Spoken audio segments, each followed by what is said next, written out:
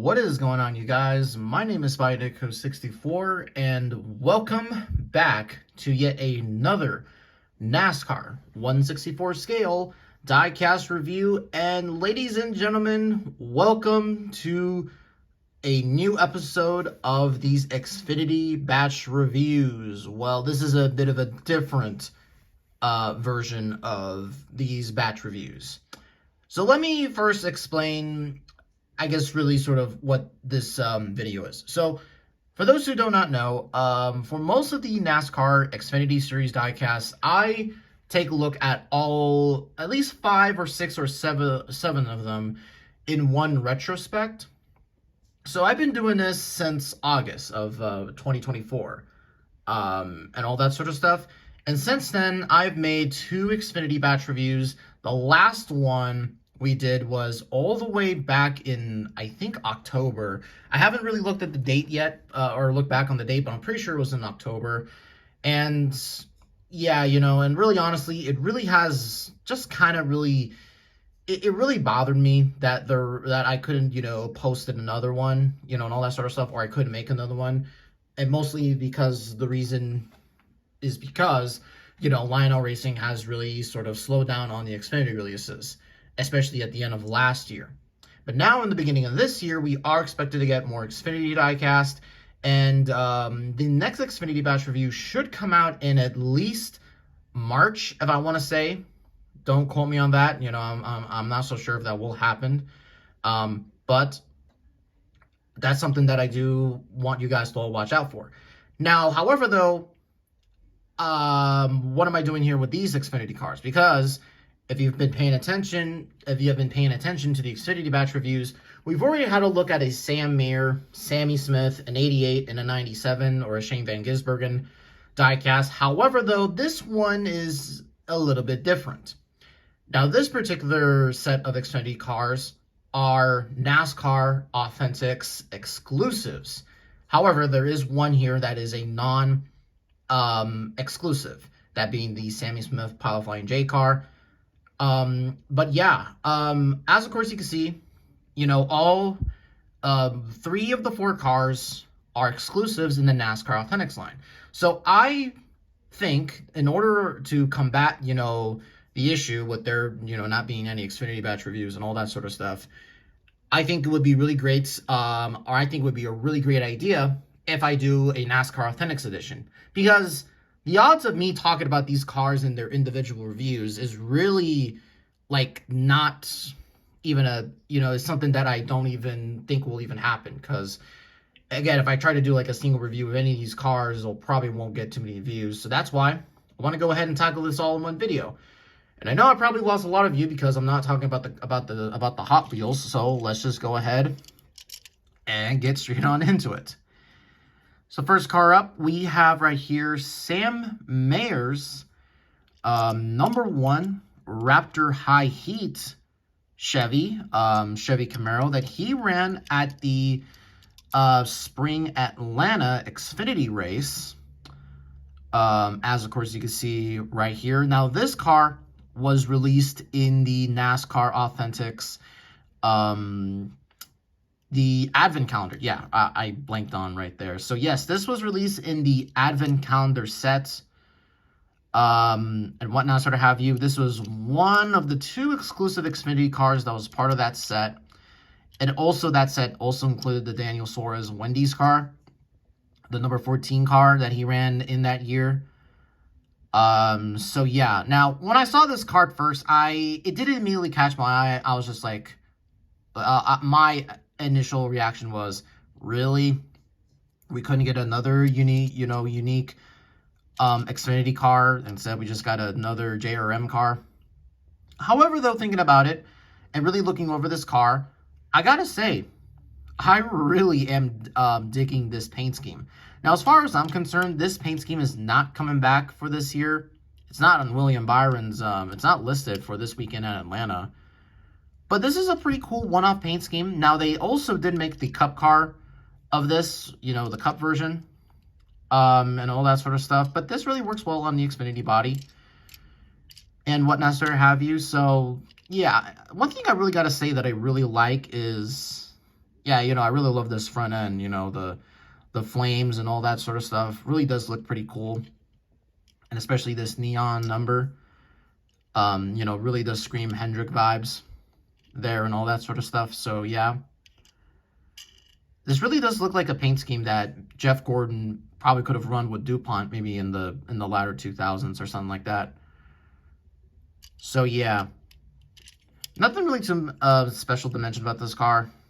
I just really do like it. And also, this car, I did get loose off eBay. And this car was going for a relatively cheap price. I only spent like $9 on it or something like that. Which is pretty good considering how, you know, cars go on eBay and all that sort of stuff. So, yeah. So, pretty cool to get this Sam Mayer car. Not so sure if we'll get his 41 this year, but we'll see. Now, since this is a NASCAR Authentic, there is some QC issues. And, of course, as you can see, the headlight is not properly placed. Yeah, that does not look great. Yeah, and it's an exclusive car. So, yeah, you're going to see that, frankly, in these reviews. Actually, the first two cars are kind of not good. And then these next two ones are actually pretty good. All right, so let's go ahead and mention this car here real quick. This is Sammy Smith's number 8 Qualifying J car from 2024. Now, I skipped out on this car in the normal Gold Series line because I knew for sure that this car was going to be put in the NASCAR Authentics line, and it did. And I was able to actually find this in a Walmart. Yeah, I found this in a store. I found this along with the Eric Jones late model, and I gotta say, you know, I really am pleased that I was able to find this. Now, of course, as we all know, this car, the paint scheme has completely changed for this here and the number font.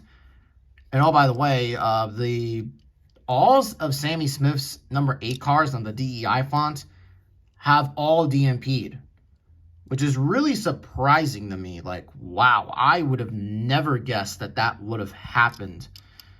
Goes to show how bullshit NASA Lionel Racing's pre-ordering system is. But overall, you know, I really do like this scheme. It really does scream Michael Annett vibes when you really look at it. I mean, Sammy Smith is the new Michael Annett, except he's actually won some races. Now, this car does have some QC issues. I don't know what that black stripe is supposed to be, or what that is. I thought it was like a thread, because it's also here. I don't know why. The front Camaro decal is not properly placed, and would you look at that? Look at that A-pillar. It is all bent to shit. And, like, I am not kidding you. Like, let's have a look at excuse my hairy arm. This is a normal one. Look at the A-pillar on that one, and look at the A-pillar on this. Wow. So this car was already caught up in a wreck. This was probably caught up in the wreck in the Daytona 500 or in the Xfinity race. Yep, that's not great. That's just pretty horrible. It's not the first time I had a piece of the die cast body actually bent. I had like a Truex die cast that had the windows squished, or like the roof squished. So that's not great. All right though. So now next one up. Just trying to change the perspective here, and this is where we get to the good stuff. Next car up, this is Bubba Pollard's number 88 Rheem Chevy. Now, you're probably wondering, who the hell is Bubba Pollard? Well, to kind of give the gist of who he essentially is a late model driver that Dale Jr. Put in one of his cars at the Spring Richmond race last year. So Bubba Pollard, one of those, you know, weekly late model drivers, came into the NASCAR Xfinity Series and finished in the top 10. Finished 6th in this race. So really cool to see, you know, these late model drivers get a lot of these chances, you know, because Dale Jr. always, of course, he has his own late model team. We all know that. So it really is cool to see these late model drivers get some love. Now, I gotta say, you know, even though, like, I gotta really say, honestly, I think a lot of people are gonna be picking up this paint scheme. or this car. Not maybe because of the driver, but because of the paint scheme. Wow, what a fantastic looking Rheem scheme right here for Bubba Pollard. I mean, holy shit, this is better than the Christopher Bell Rheem scheme that he runs. Because look how just Rheem is just on the hood. That just looks so damn cool. And then everything else, you know, the gray and the black striping going across here. It's not really all one design. It's not like an asymmetrical design. Or it's not a symmetrical design, excuse me. It's all pretty asymmetrical. You see here on this side it's more gray, and then on the other side it's more a bit black. So I really love this. Really, really love it a lot. Now this is a part of this and the Van Gisbergen one that we'll have a look at. This is a part of NASCAR Authentic's wave. This is wave 7. No, wave 8, excuse me. So here we go. Here's the whole wave. This wave also includes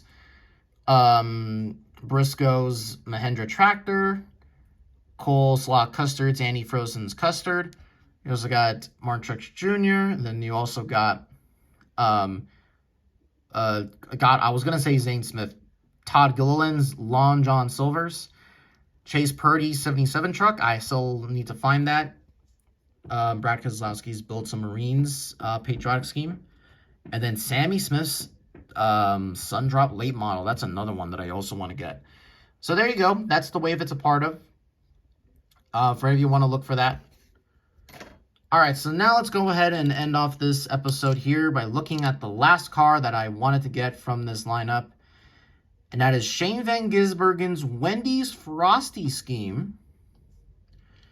So overall, yeah, really cool looking car for Van Gisbergen. Now, this car, unfortunately, got DMP'd in the Gold Series, but it was saved in the Authentics line, which I didn't even think that would have happened. Like, I don't know. I would have thought that this car would have made the Gold Series, like, easily. But no, it didn't, so yeah, but anyhow, anyways, though, looking, though, at the car itself, yeah, you know, I really gotta say, I love the way that this car came out. Now, he also ran this along with the Cup car version at Talladega, and it is a completely different scheme. Like, the other one is red, like red, white, no, red, blue, and black. This one's just all completely blue. Which, you know, it's like the baby, it's like, you know, a baby blue, so, but it works really well. Of course, as you can see there, you got the Frosty and the fries. And it just says Wendy's on the side. And you got these blue, like dark blue swoosh on the side. Just looks really great. Now, oh, that's not great. Look at that. There's something. What the frick is that? I don't know what that is.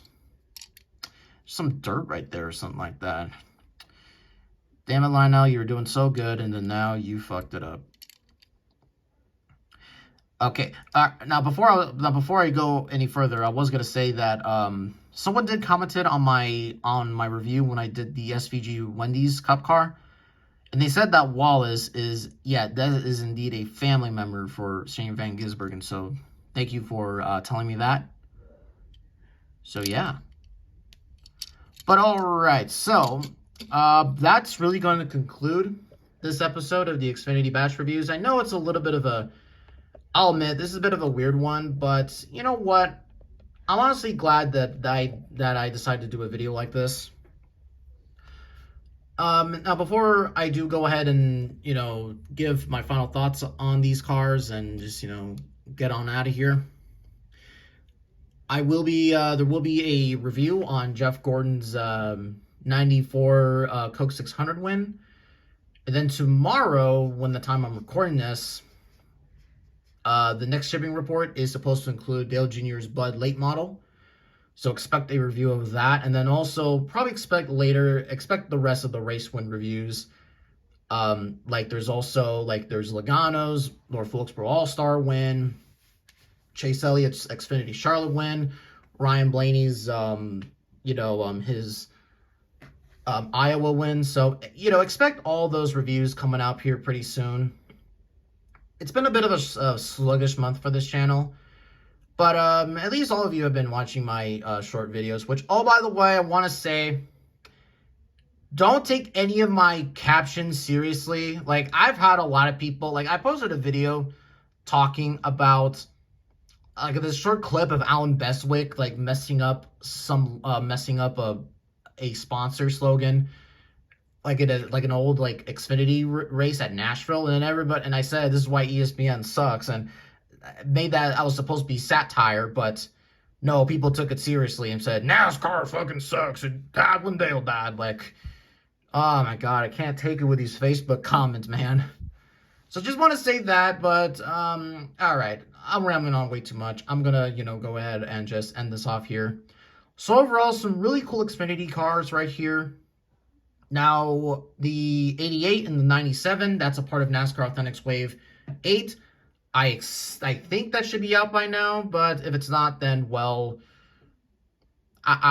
maybe, I don't know, maybe it'll be out maybe sooner or later. I'm not really so sure. But yeah, so thank you all so much for watching this video. And with that being said, I will see all of you in the next video.